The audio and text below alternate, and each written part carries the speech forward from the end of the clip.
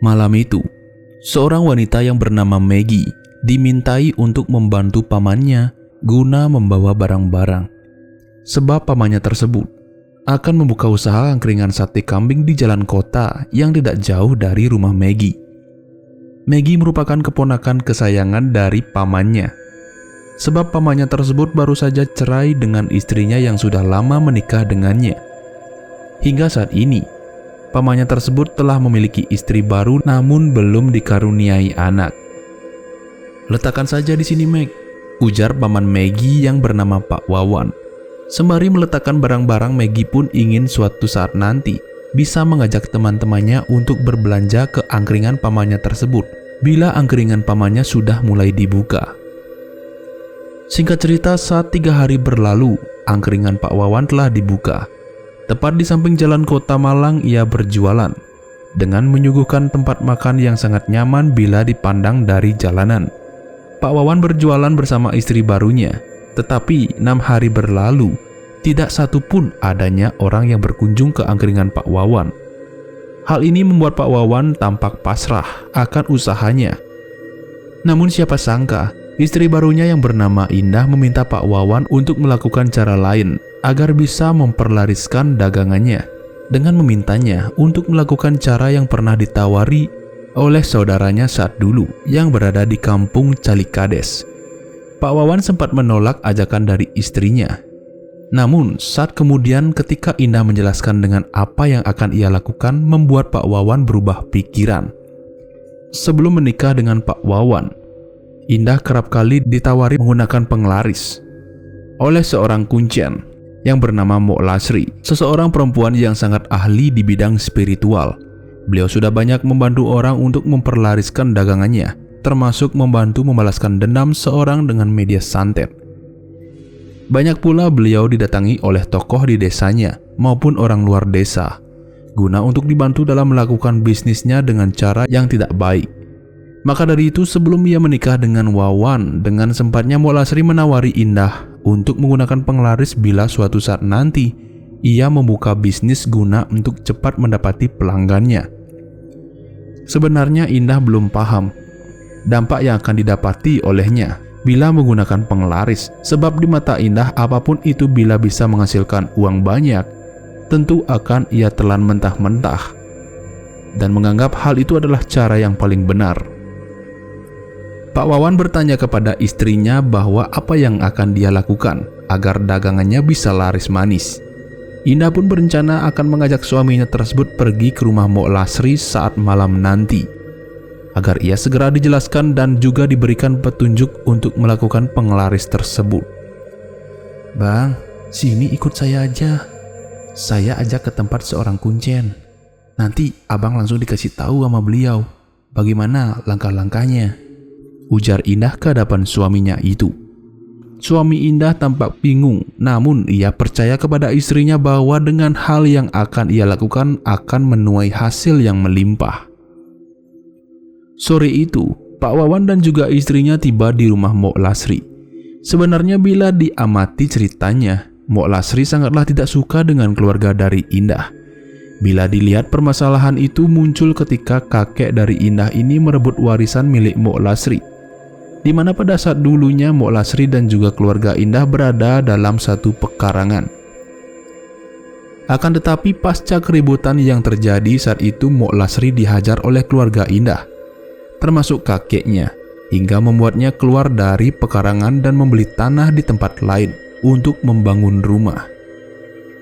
Namun tahun demi tahun, satu persatu keluarga Indah meninggal tanpa adanya sakit yang jelas. Termasuk ayah dan kakek Indah pun meninggal dunia. Karena hal itu dilakukan oleh Mok Lasri dengan menggunakan media santet jarak jauh. Dan terutama ia dengan tidak segan-segan mengakhiri hidup kakek Indah yang pernah berurusan dengannya, walaupun Indah belum lahir sejak kejadian itu. Maka pada akhirnya hanya tersisa ibu Indah saja yang masih berada di rumah tersebut. Tetapi kondisi ibunya kini kian sakit-sakitan, sebab ia sudah ditinggal menikah oleh anak sematawayangnya. Akan tetapi Indah belum tahu persis permasalahan tersebut. Ia juga tidak begitu percaya. Terlebihnya Indah juga sangat dekat dengan Mok Lasri, dari ia masih kecil hingga sekarang. Sebenarnya hal ini sudah Mbok Lasri rencanakan agar bisa menghabisi nyawa Indah. Maka dari itu, ia pun mendekati Indah dari sejak kecil. Ia memiliki tujuan untuk menghabisi keturunan dari kakek Indah hingga habis. Dan itulah tujuan sebenarnya. Maka dari itu, Mbok Lasri kerap menawari sesuatu kepada Indah agar ia bisa menyakiti anak itu. Terlebihnya Mbok Lasri bermuka dua kepada Indah, walau ibu Indah mengetahui apa yang terjadi sebenarnya. Kembali ke cerita awal, Wawan dan Indah sudah sampai di kediaman Mbok Lasri.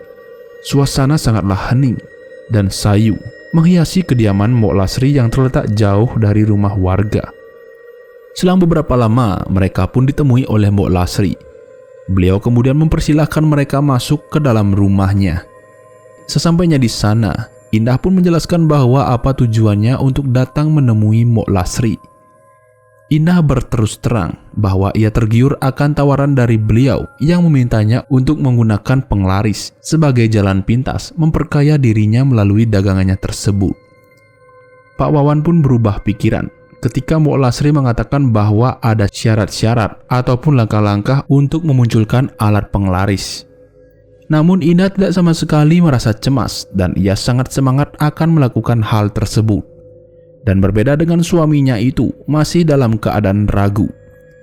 Tetapi ketika Mbok Lasri menatap Pak Wawan pun seketika tidak bisa berkutik dan ia hanya menganggukkan kepalanya walaupun ia merasa tertekan akan keadaan tersebut.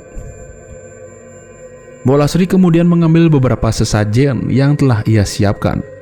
Indah dan Wawan hanya menyuguhkan uang saja kepada Mbok Lasri, sebab semua sarananya telah disiapkan oleh beliau. Indah, tolong beritahu suamimu untuk memegang ayam ini. Kemudian potong leher ayam ini di atas sesajen yang telah Mbok sediakan. Pinta Mbok Lasri sembari menatap Indah dengan tajam. Wawan pun kaget ketika Mbok Lasri mengatakan hal itu, dan dengan santainya Indah meminta agar suaminya menuruti kemauan dari Mbok Lasri. Dengan rasa takut dan cemas, Wawan pun memegang ayam itu. Kemudian mulai memotong leher ayam berwarna hitam tersebut di atas sesajen. Hingga darah dari ayam itu pun bercucuran mengenai sesajen-sesajen yang disediakan. Saat hal itu sudah ia kerjakan, kemudian Mbok Lasri pun meminta Wawan untuk meletakkan bangkai ayam itu di atas sesajen tersebut, guna untuk memanggil dedemit yang akan digunakan sebagai alat pesugihan. Seketika Wawan dan Indah kaget bahwa ayam yang diletakkan di atas sesajen tersebut menghilang begitu saja. Entah kemana. Ia berpikir mengapa ayam yang kepalanya sudah dipotong bisa berlari. Namun di saat Wawan dan Indah mulai berpaling dari kebingungannya, ia pun dikejutkan dengan sosok kuntilanak yang tengah berdiri di belakang Mbok Lasri. Sosok itu sangatlah menyeramkan. Hanya saja, pakaiannya berwarna merah, wajahnya pucat dan matanya merah menyala. Mbok Lasri pun tertawa akan hal itu. Kemudian ia mengatakan bahwa dengan mengorbankan ayam hitam yang disiapkan oleh Mbok Lasri merupakan langkah pertama untuk memunculkan jin pesugihan tersebut. Kemudian Mbok Lasri juga mengatakan bahwa ialah yang akan menanggung langkah berikutnya agar pesugihan tersebut berjalan lancar. Namun hal itu hanya omong kosong dari Mbok Lasri. Ia menipu Wawan dan Indah. Karena sejatinya langkah kedua adalah menumbalkan seseorang yang dicintai dari si pengguna pesugihan. Tetapi Mbok Lasri tidak mau mengatakan hal tersebut. Ia hanya mengatakan bahwa ialah yang akan menjalani langkah-langkah berikutnya. Mbok Lasri berdusta dengan mereka berdua. Kemudian ia juga mengatakan bahwa sosok kuntilanak tersebut akan mengikuti kemana Wawan dan Indah pergi. Begitu juga di saat mereka mulai membuka warungnya, tentu sosok itu akan memulai aksinya dan segera membantu mereka untuk meraup kekayaan dengan cepat. Singkat cerita, Wawan dan Indah pun mulai membuka dagangannya tersebut. Ia mulai menyiapkan makanan yang akan ia jual.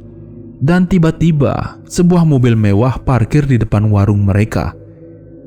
Dan orang itu pun turun lalu ingin makan di warung mereka.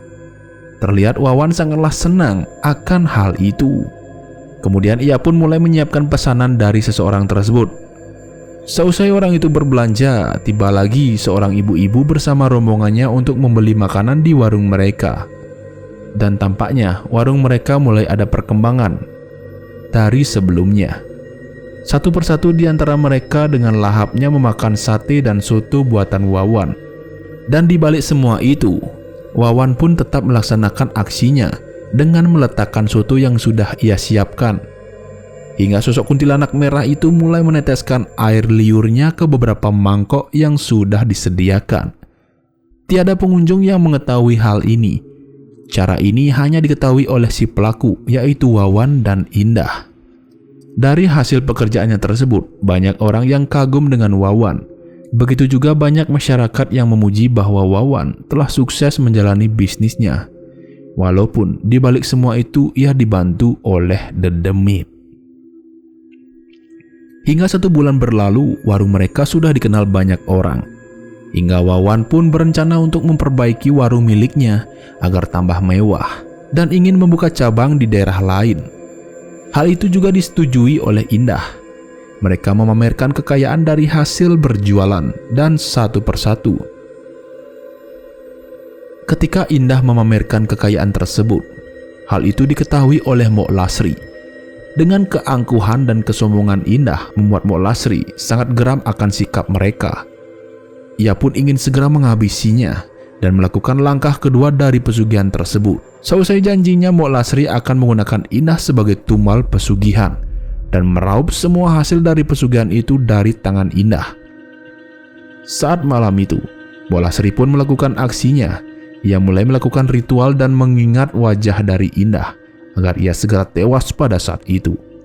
Mbok Lasri pun mulai berkomunikasi dengan sosok kuntilanak merah itu.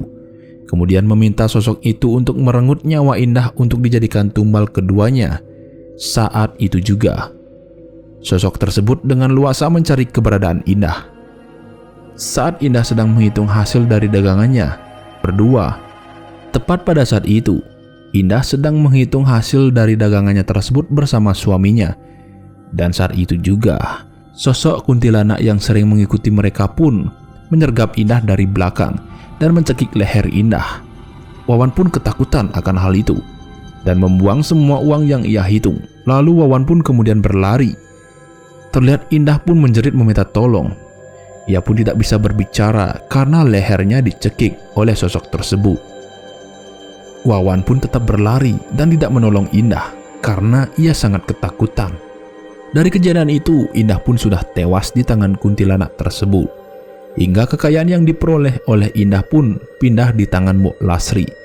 Sebab yang sebenarnya menjalani pesugihan tersebut adalah Mbok Lasri. Namun Indah dan Wawan ditipu olehnya dengan mengungkapkan bahwa ia sedang dibantu makhluk halus untuk memperlariskan dagangannya. Dan ternyata Indah pun dijadikan sebagai tumbal kedua seusai dari tumbal pertamanya menggunakan darah ayam hitam. Mbok Lasri sebenarnya sudah merencanakan hal ini untuk membunuh Indah dengan memerintahkan makhluk halus peliharaannya untuk memperkaya Indah terlebih dahulu. Dan kemudian pada akhirnya menjadikan Indah sebagai tumbal berikutnya. Maka hasil dari pesugihan itu tentu akan jatuh di tangan Mbok Lasri.